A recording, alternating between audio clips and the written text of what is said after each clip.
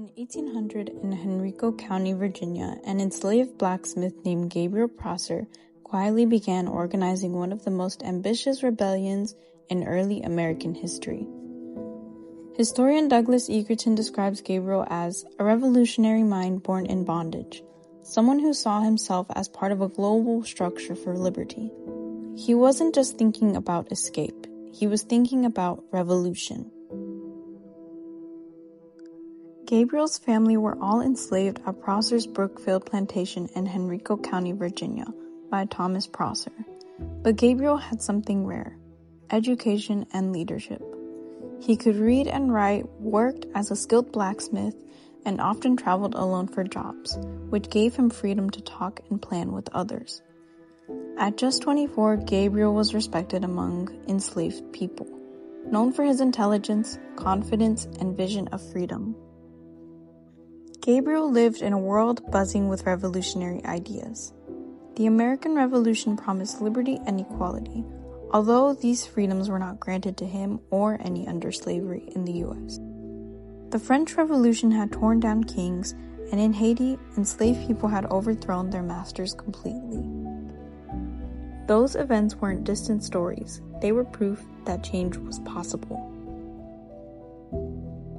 In the summer of 1800, Gabriel began forming a plan. The goal: march on Richmond, take control of the state arsenal, capture Governor James Monroe, and negotiate freedom for enslaved people. They planned to strike on August 30th with hundreds, maybe thousands, of participants. He believed that poor whites and enslaved blacks shared a common cause. According to Egerton, his plan included recruiting white artisans and the dissatisfied working class.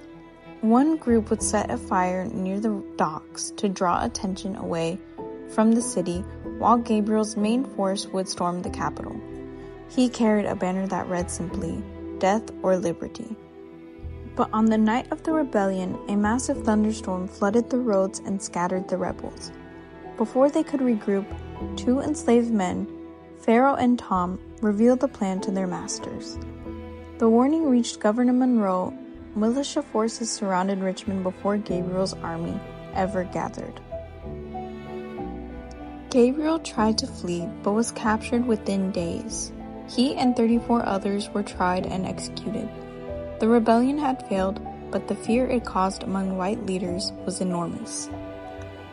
A letter from Governor Monroe to Thomas Jefferson reveals the panic among Virginia's leaders.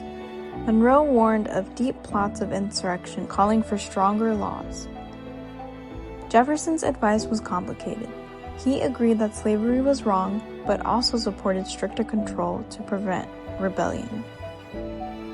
In 1801, Monroe signed an act allowing the governor to either execute or exile enslaved people involved in conspiracies. Education, assembly, and even travel for free black Virginians became heavily restricted. The rebellion's failure sent shockwaves through the South.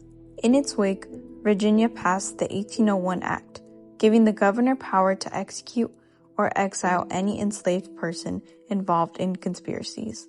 Even free black Virginians lost rights to travel, meet, or receive education.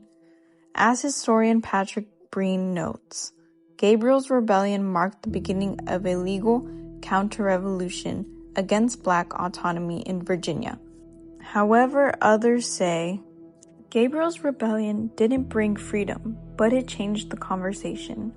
It showed that enslaved people weren't passive. They were thinking, organizing, and resisting. His courage inspired later uprisings, like Nat Turner's rebellion in 1831, and strengthened the voices of Quakers, Methodists, and abolitionists calling for emancipation. Gabriel's rebellion ultimately hindered the immediate abolitionist cause by provoking harsher slave laws and repression. But in the long term, it helped abolitionism by exposing the contradictions of slavery and inspiring future resistance movements. Gabriel Prosser's rebellion failed, but his message survived. He fought for the same ideals America claimed to stand for: liberty and equality. and he paid with his life. In the end, his story reminds us that the fight for freedom in America wasn't just fought on battlefields. It was also fought in secret by people who refused to stay silent.